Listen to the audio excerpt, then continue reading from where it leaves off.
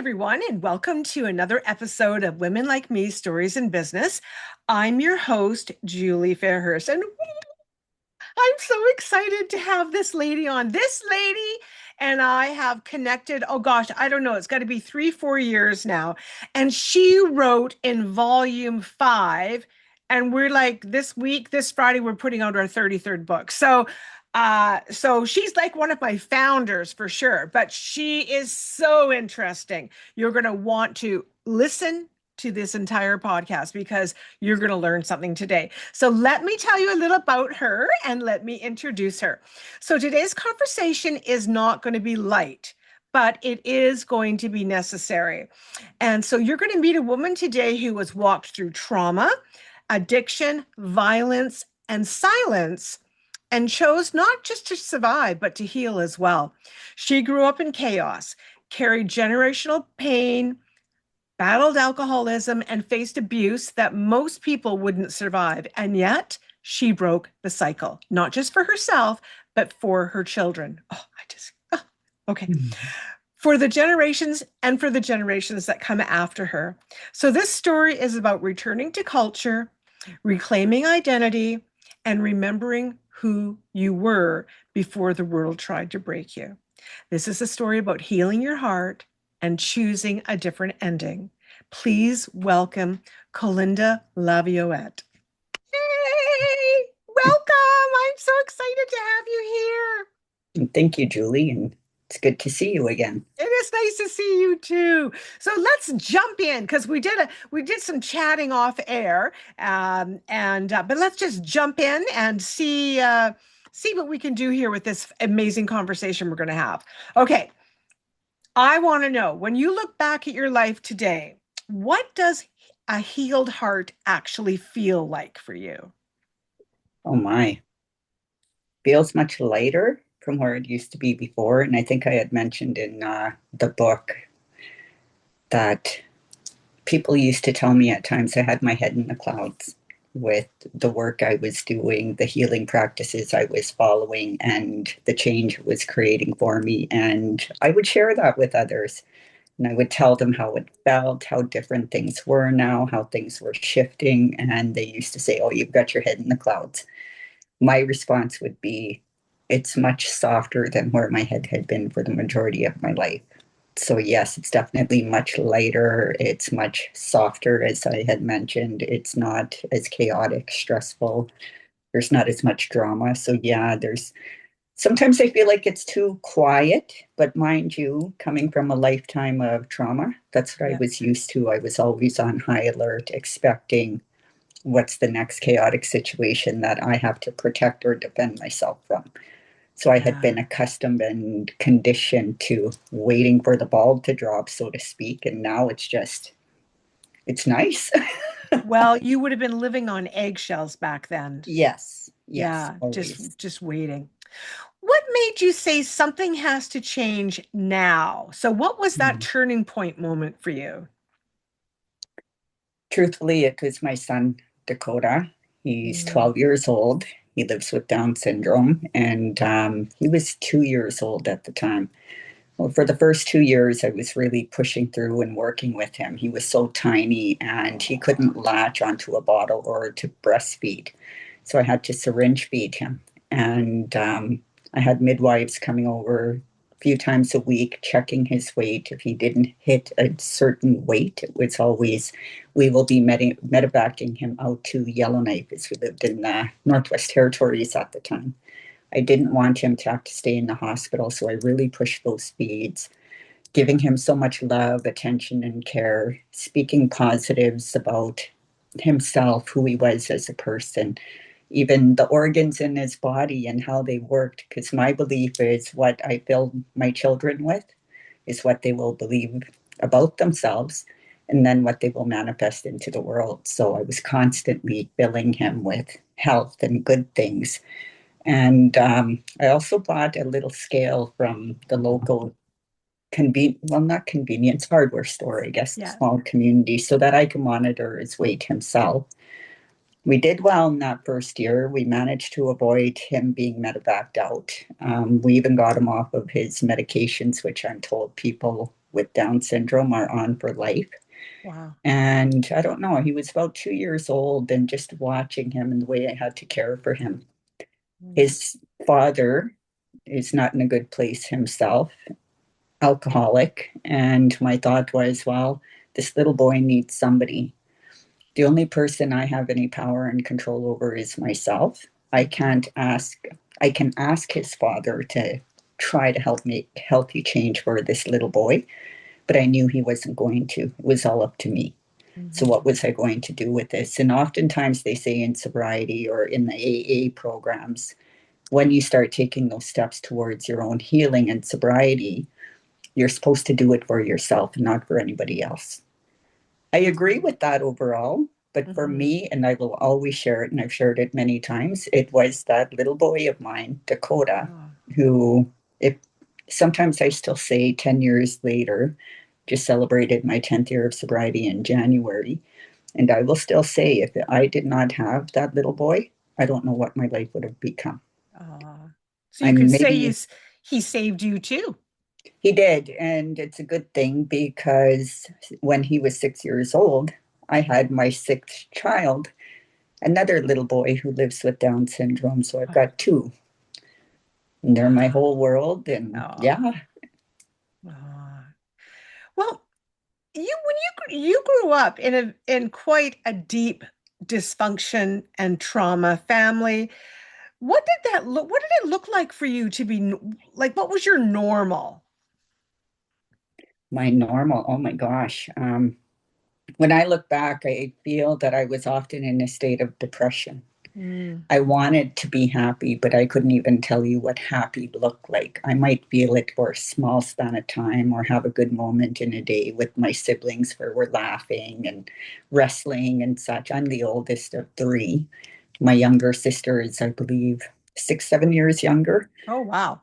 So I was often taking care of them. I Mm, looked at my brother and sister almost as my own children, as young as I was. So I spent the most time with them. So often my days were ensuring that they were okay, they were fed, they mhm, were safe, protecting them at times from people in the community or family members even who had hurt me. I didn't want them to go through or feel the same things that I did. So I was always on high alert when it came to their protection and well-being also. wow. And as I mentioned earlier, it was often feeling that I was walking on eggshells. Was I Mhm, doing things right that were satisfactory to those that surrounded me? Or was I doing something possibly wrong or saying something wrong? Did I need to correct myself? Because I could get hit, I could be yelled at, I could be sworn at, have something mm, flying across the room at me. So that's where my first priority was back then, was ensuring safety for myself and my siblings. yeah, wow. And then having my first child at 18, well, it Hmm. continued on protecting my children in such ways. Yeah, wow. There's a moment where you say you always felt something was missing, but you couldn't describe the emptiness. Can you describe it now? Do you know what it was? I have an idea, I believe now. I now know what happiness and joy and good Mm, moments and times look like for a span of time, not just for a quick moment in a day. And there is a huge disconnection from myself and my spirit for a majority of my life. And I didn't realize or understand that until maybe about 10 or so years ago. mhm. And returning to and connecting back to the culture, to the traditional Indigenous ways of living and being and knowing. And I think I've shared with you before that Yes. I always felt more in touch with the spiritual side.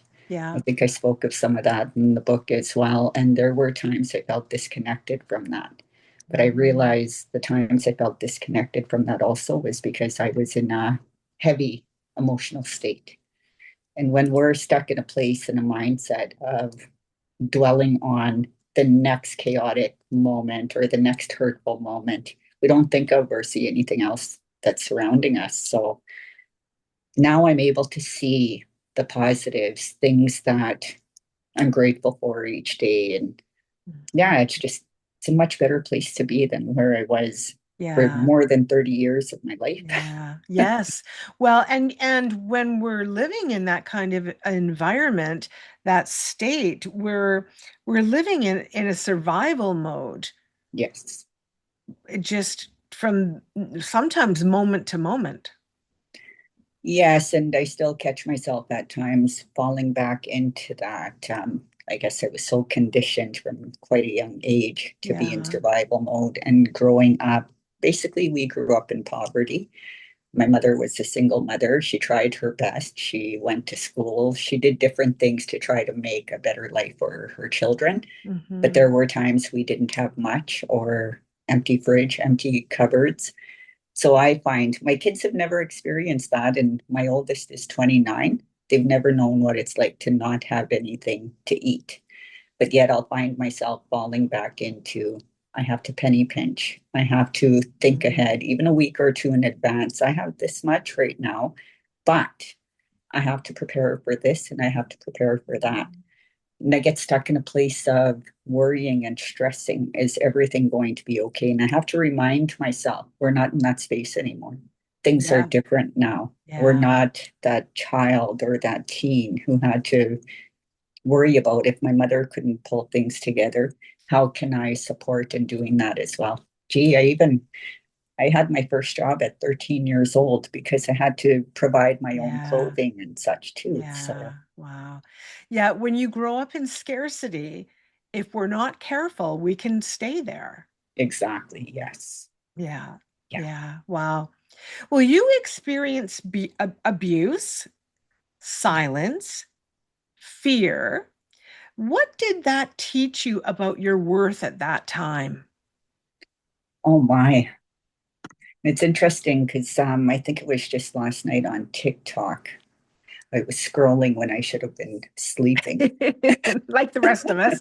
Yes, I can't remember exactly what the post had said, but it was something along the lines of when we've lived through chaotic situations for most of our life and had to walk on eggshells, even when we do well, when we have success or achievement in our lives, we're not excited about it. We're not happy about it. And I Mhm. recall going through that many times. I used to hide things that I was doing well in school.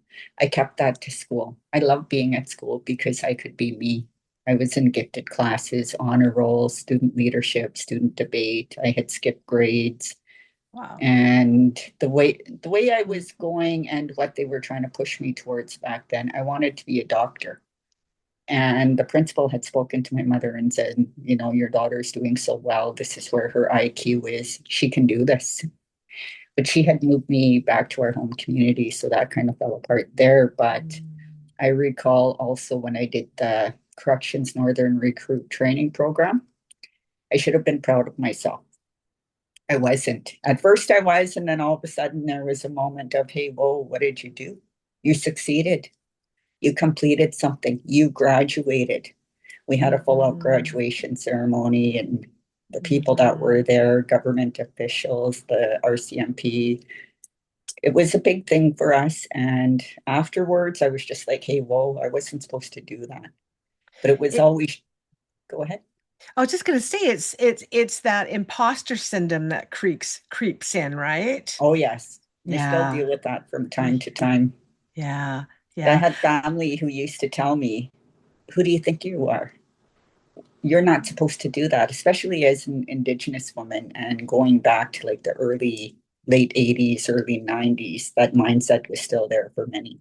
Yeah. Indigenous people didn't succeed that way. There were so many stereotypes put Mm. upon us. Hmm. And some of Yes. our families actually went with that. You're not Yeah. supposed to.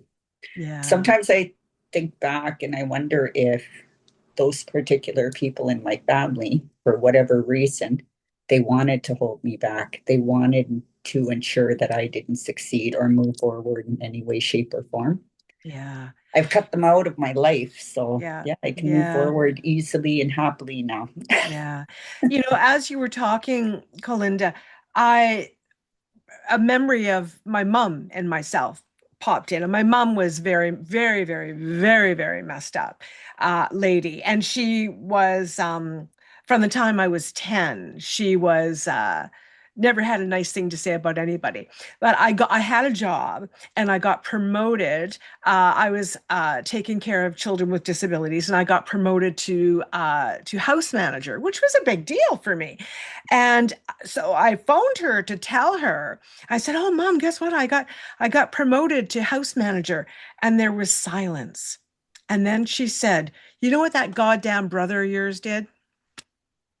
Yeah. That's why we have a hard time of of not being able to feel the what we have achieved." Yes. And I think, and I know my mom loved me, and I know that she didn't mean what she was saying, and I know that she was proud of me, especially before she passed away. But she was in such a nasty, negative, icky state Yes. that she couldn't even be happy for something that they're her own child. Yeah. So it doesn't surprise me with your family members as well, right? And then you're growing, and they're Yeah. staying the same, and that's an uncomfortable feeling. And whether they realize it or not, um we want everybody to be like us. And I Yeah. think And it's not healthy. I had an interesting phone call a few weeks back from one of my aunts, the worst one out of all of them. She called me. Normally, I won't take her calls. If she texts, I don't respond. She's been told not to contact me because there's never anything good said, and it Mm-hmm. always ends up in upset. Yes. But she called me, and I thought, it's been a while. People change. She's getting Yes. older, so I took that phone call. It Yeah. started off as a good conversation, about an hour into it, and then all of a sudden it said, or she said, sorry, are Yeah. you still facilitating? Are you still doing trauma and mental health and wellness workshops? And I said, I am actually, and I really enjoy it. I love the work that I do. And then her next comment was, you have no business doing any of that work with anybody. And I was just like, Aw. wait, whoa, I know where this is going. Because she always, since I was a child, she always tried to pull me back in anything that I've done. Yeah. My instant thought was, she has not changed at all. Yeah. And I believe she thrives on chaos and drama. She's so conditioned to it from her own Yes. upbringing and her own Yes. life. Yeah. So I had to Yeah. end that call. And my thought was, I remember, thank you for reminding me Yeah. exactly why I had to step Yes. away from you and why you don't know my children. Yes. Yes. And it's sad because it's same with my mom. By the time I woke up and said, "Oh, this is not healthy," my youngest hardly even knew my mom. But that was the way it had to be because Yeah. it was just not. And it's not that I didn't love them, and it's not that I didn't care about them, but the distance had to come because it Yes. was just too negative and being pulled down and into all of their drama. Yeah. Exactly. Yeah. We So have to do what we have to protect ourselves and our that's children right. as That's well. right. Absolutely, we do. Well, let me ask you a shift a little bit. So alcohol became a way for you to cope, Yes. but what did it give you that life didn't give you? At that time, I kind of shake my head as I think back. I thought it gave me everything. Yes.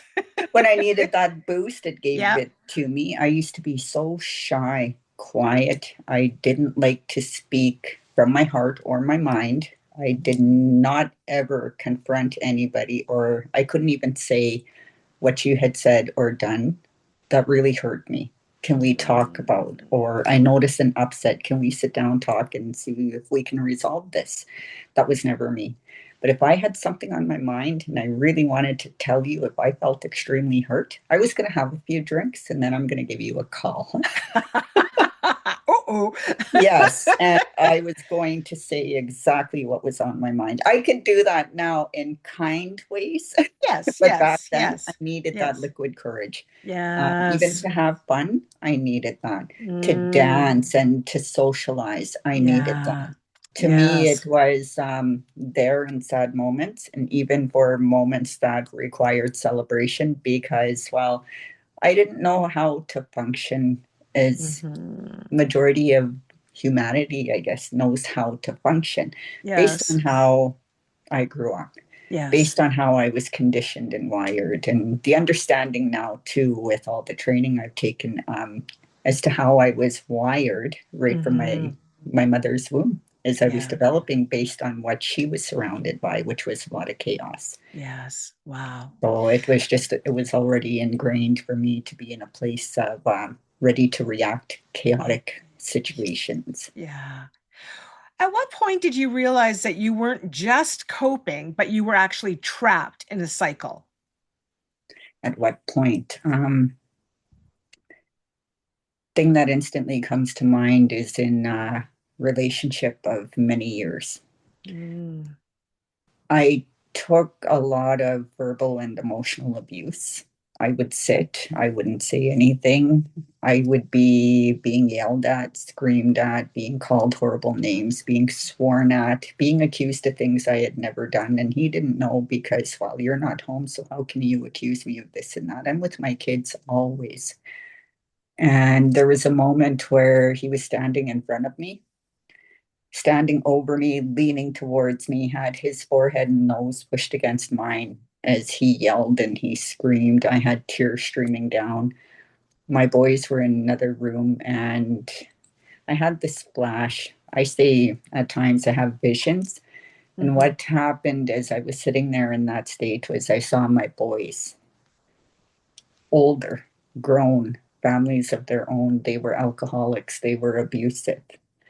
They were hurting their own family. They were hurting their own children physically and their spouses as well. And for a moment, it was like I saw all of this play out. And that was my point where I had to do something. I had to push back because that's not who I wanted my children to be.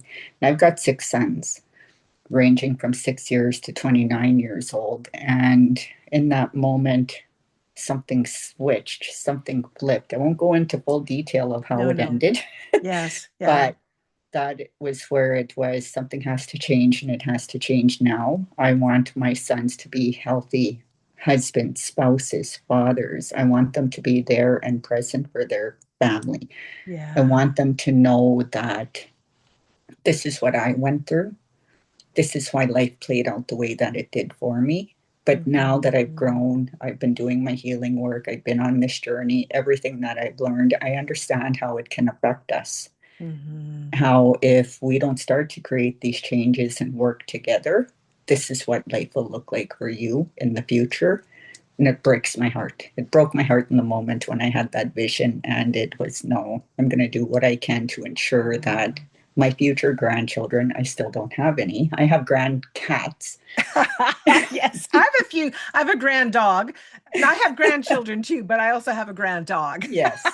But yeah, one day they'll come. And from what I Yes. see of my boys so far, I think they're going to be those amazing fathers and husbands that I had envisioned and prayed for when that time Yeah. comes. Wow. What I just have to commend you. Like what to see that and to say, okay, this is going to stop right here because those boys are going to end up in this exact situation if we continue Yes. down this path or Yes. you continue down this path. Somebody has to change. Yeah. And that's not easy. Change isn't easy. It's not at all. Even my boys, as they start to see changes in me, I used to be reactive. Mm, And it used to be dad said this or dad did that because he was drinking. yeah. Mom's going to be upset. And I remember there was an incident where he was out and about. I'm at home and I was told what had taken place. And I said, oh, well, that's fine. I don't know what to say. I hope he figures that out. And my son was like, what? What do you mean? You're not upset? No, that's his stuff. Why am I going to continue to carry it? And we were separated now at this time for about a year or Yeah. two, but he's still Yeah. heavily involved in my life. Yes. I try to keep him in line still as best as I can from time to time, Yeah. 12 years later. Yeah. But that was my thing was that's not my stuff. And that is Love his that. life, not mine. He needs to fix that.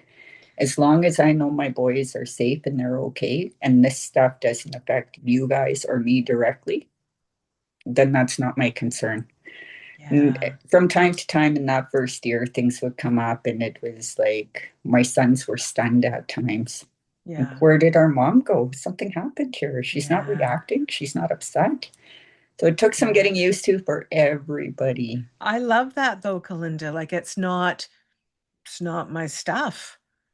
Yeah. Even with your spouse or your mothers or your grandparents or aunties or nieces and nephews. It's, because like I think you said it in the beginning of our conversation is that you can't change people Yeah.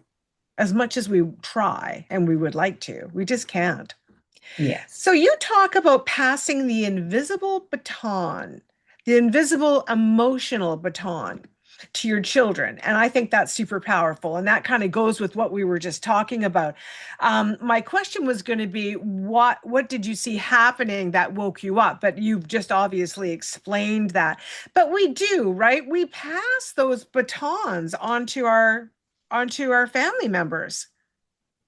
Yes, and usually we're not aware of that. We don't even know it's taking place. Majority are still not aware that everything that we've carried trauma-wise, abuse, addictions, alcoholism, and so on, if we're not doing the work, we're not conscious and aware, we're Yes. passing all of that down to our children. And what are they seeing at home? What are we modeling? What are they picking up and seeing as normal? Hmm. How are they going to go into their own lives as adults and such, parents, spouses? What is their home life going to look like? And how are their children going to turn out and live life in this world? Yeah. I never would have thought, even 15 years back, that what was happening in the home, what was continuing repeatedly, my kids were being taught that this is what life is. This is how life is done. This is how your father expresses love to his mother. So, as men, this is how you should express love and care to your spouse and your children as well. Hmm. No, it was completely wrong. This is not healthy at all. But see, I never understood, even as an adult yet, Hmm. because a lot of what I was dealing with and putting up with, allowing, I saw that with my own mother too, and past relationships that she was in. My mother Yes. was a victim of years of domestic abuse and violence. She did also, my stepdad, I call him now, she did meet an amazing man who helped to Ah. shift things for us. But before he came, I had witnessed so many years of that already. Mm-hmm. And so I just continued it on. And yeah, Yeah. I think that's so true what you just said is that we don't even as adults, we don't realize, I guess, certainly not like people stay for whatever reasons people stay. And there's no judgment, of course, in any of that, because unless you've walked in someone's shoes, how can you possibly know? But I hope that whoever is listening to this conversation, I hope that at least is a little bit of a twig that maybe wakes them up a little bit, that whatever is going on in your house is more than likely going to be carried through to somebody else's house down the road yeah, because that's what they learned, that's what they were taught, and that's what they saw. yes. And of course, it's It's not always like that. And no. there's the story of the two sons with the same father. Yes. And I've had one of my own sons reflect that to me a few times throughout the years. Yes. One son turns out just like the father does, and the other son turns out completely opposite and has a Yes. great life. Yes. Yes. And so they come to a place in time too of Yeah. deciding that that's not who they want to be. Yes. So it's Yeah. not always we have to break the cycle, but it certainly helps that we take those huge steps and make that workload lighter emotionally, spiritually, mentally for our own children. Yeah. Yeah.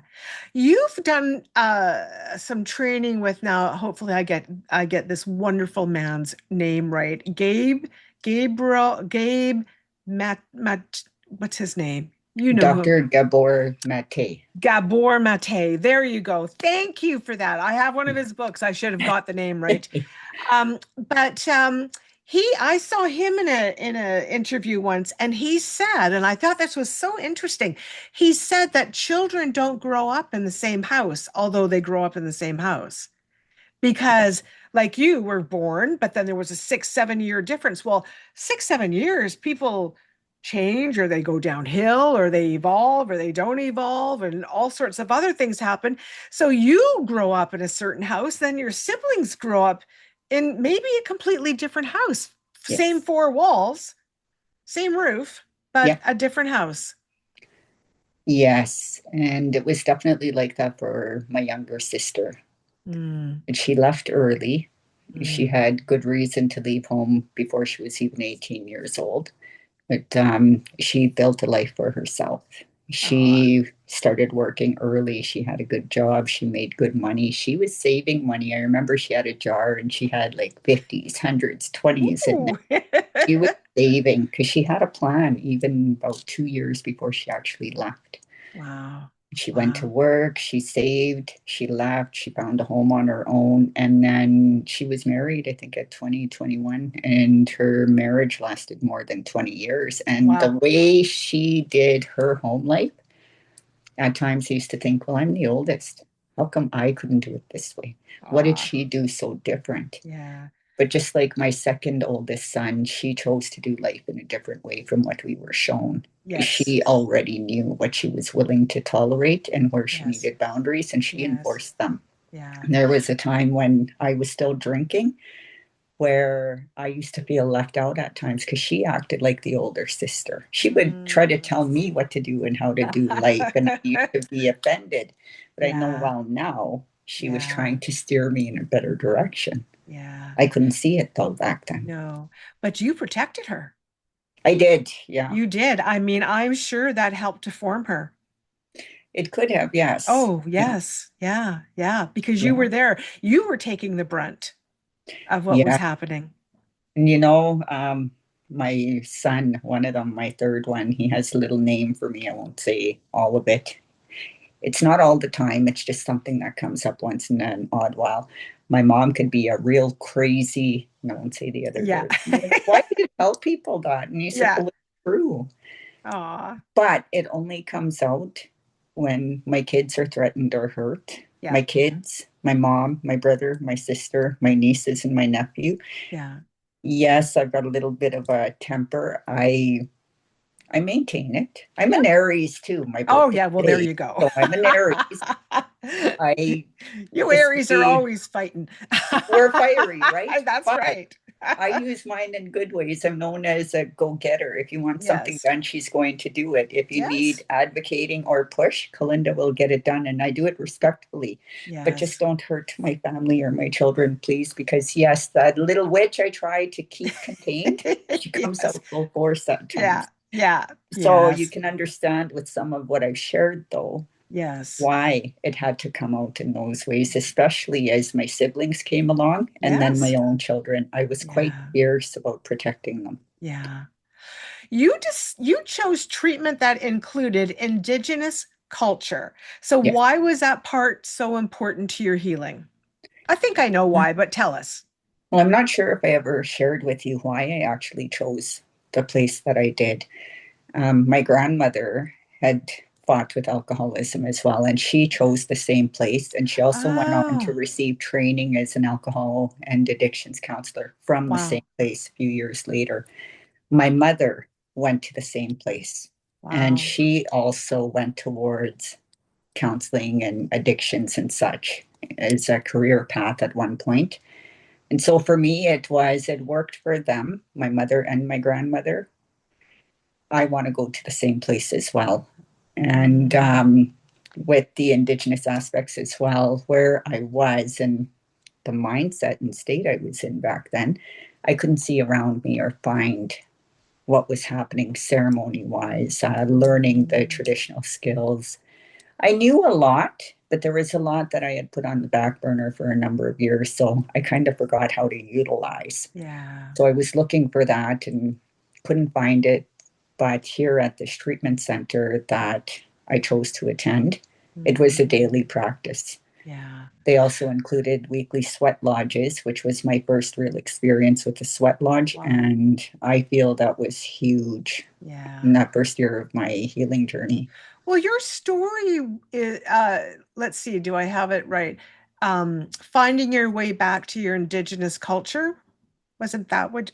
I think that was the title or Yes, it close was to that. along very Close close. to Yes, that. And yes, so I think for for all of us, no matter where we are, where we've come from, I think we need that sense of community wherever whatever our community yes, is so important. yes. The connection, the supports, and such. And for us as Indigenous people, a lot of that connection is to the natural world, the Yes. land, the sky, the water, the animals, the birds, community as a whole. Is many Hmm. years back, long before colonization, it was literally a community to raise a child. Everybody Yes. had a role and helped in some way, shape, or form. There was no such thing as a single mother because she had so much help and support around her. Yeah. And also natural law, there's the various religions and such, and I don't knock any of them. I've dabbled in all of them when I was Yeah. looking for what worked for me. Yes. But returning to natural and universal law as well, that was huge for me because Hmm. things just fell sideways completely. And I also got to a point in time in my own life where, though I'm Catholic, I started to question some things. Hmm. Things that came up with residential schools, the children and such. And Yeah. I was like, hey, wait, whoa, that's not who I am or what I'm about. This Yes. is what fits for me.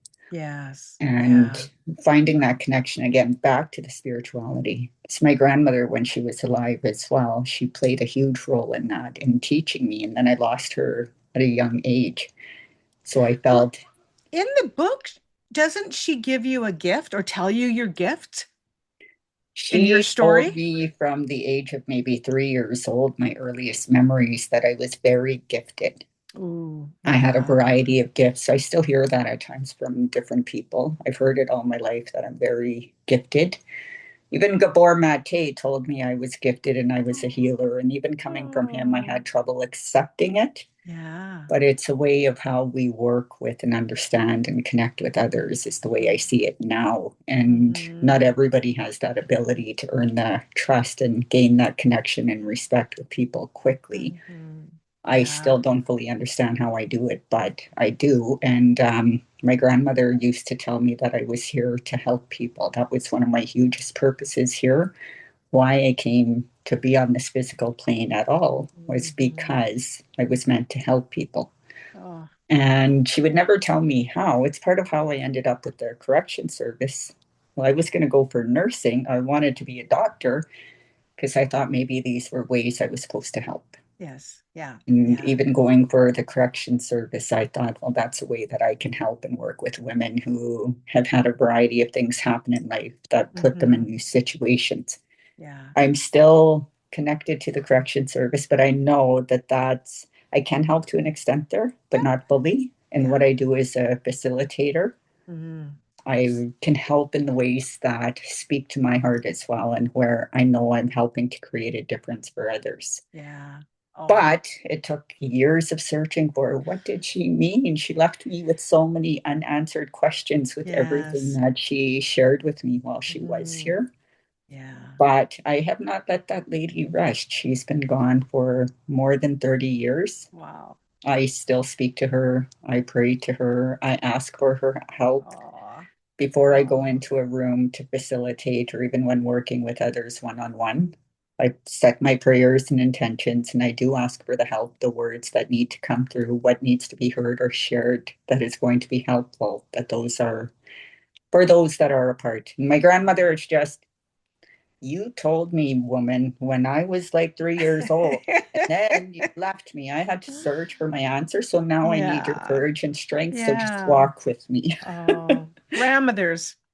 Beautiful. Love Yeah. grandmothers.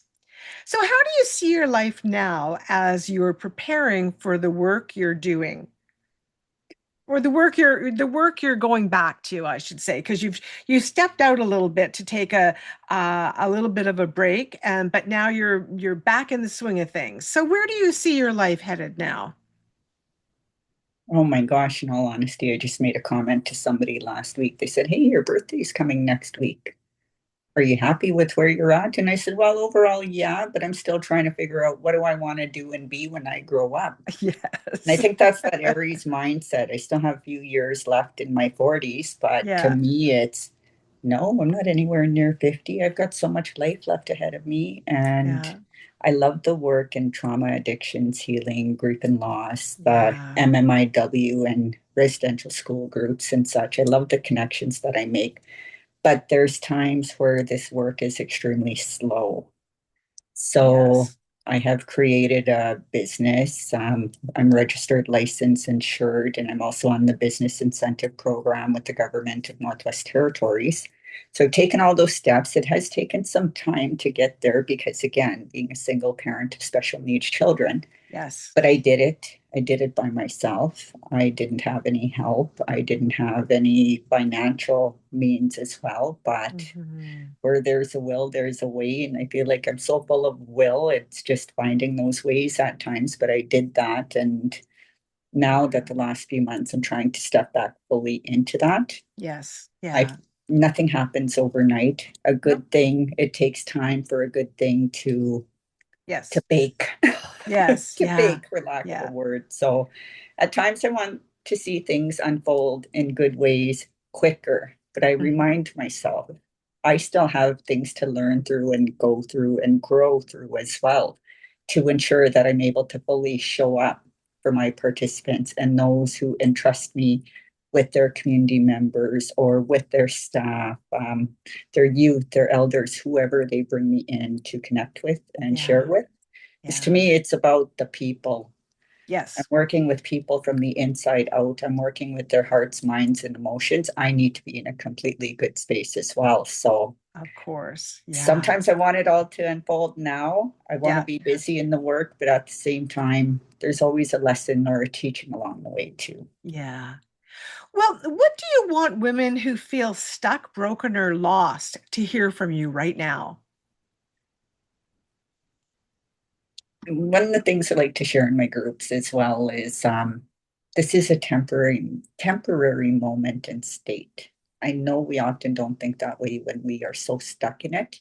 We feel Hmm. like this is just it forever. I've learned to do grounding work, breath work, a variety of different healing practices for myself. And when I fall into those moments, I have to bring myself back to a place of this is just temporary. There's something that you need to rise through in this moment, or there's a new direction you have to take. So just sit with this, feel it, allow the feelings, cry, vent, do what you need to now for your own self care. And as we get to a better state, better space, better frame of mind, our answers will start to come in which direction we're supposed to go and how to resolve this. Because Hmm. I used to fall heavy, and mind you, I also live with CPTSD, which I learned while training with Gabor Mate. I've Yeah. had to learn to work with that, and depending on such situations, things that we carry, we have to do a little more work at times, or we need support. And it's okay to ask for that support because we can't always do this on our own. We weren't meant to carry such heavy loads on our own, but things will start to look up and move forward. We're not Yeah. stuck there forever. Yeah. I agree with you. And I've, you know, throughout the years, I know of people who have unfortunately committed suicide and that type of thing. Yeah, And I always think because I remember being in that place. I remember I called my ex-husband once and I said, if you don't come down here, you're going to read about it in the newspaper. I was so done. And he yeah, came. And I went to a girlfriend's house, and I'm not joking, I slept for 7 days. I was so exhausted. But look at all the great, fabulous stuff that's happened in my life. There's been lots of downs, but there's yeah, been some great ups. And I just look forward. Like I'm just like, I don't want to die. I want to like live. I want to live to be 100. I want to live to be Yes. 110. Imagine what this world is going to be like and all the fun things we're going to get to do. But it's hard to see that when you're in that come down here or you're going to read about it in the newspaper. Yes. That You know, story. even as you mentioned that, it reminds me of another point in time some years back with my brother.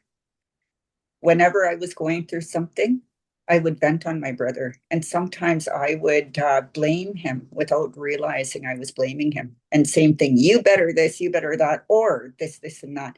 And he used to be like, well, what did I say or do? I would even block him on my phone. I would block him off social media. He hadn't done a thing wrong. I couldn't even tell him why I was doing this, but I learned over the years he was my safe space.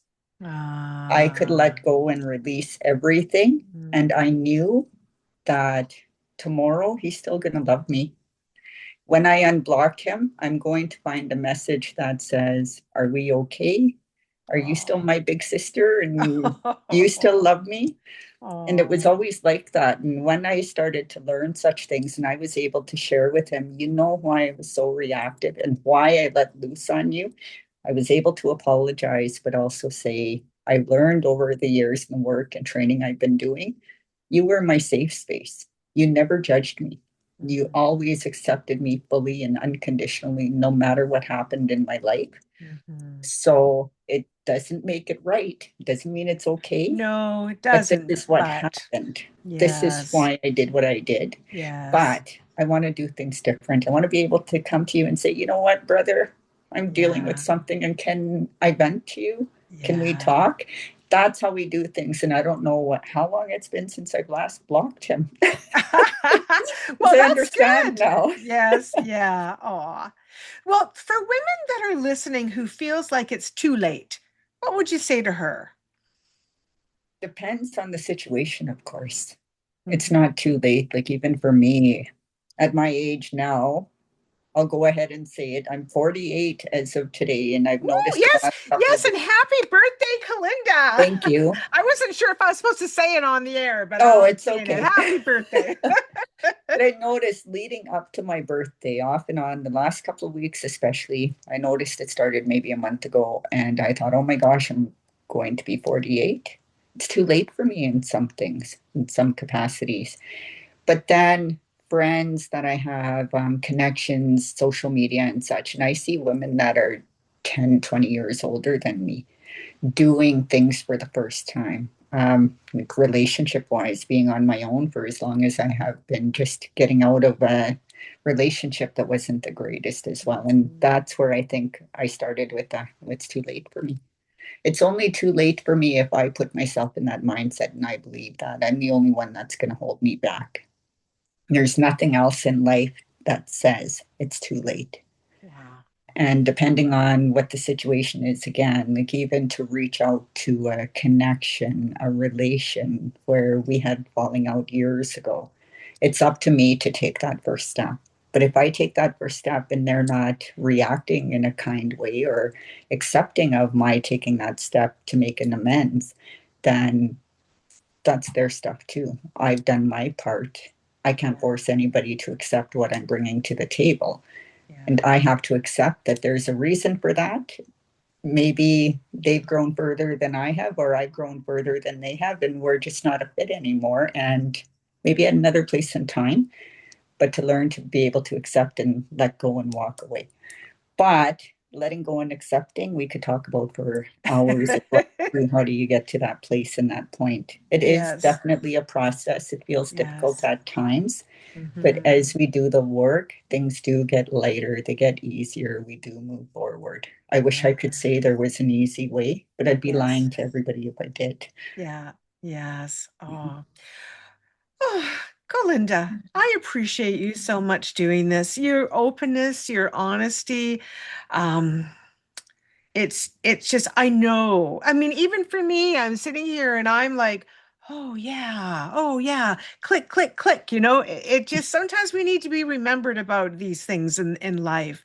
And I'm sure that a lot of people, men and women, that will watch this are going to uh hopefully have some clicking moments in their mind going, yeah, I got to think about this. And yeah, it's just, we feel so, sometimes we can feel just so stuck, Yes.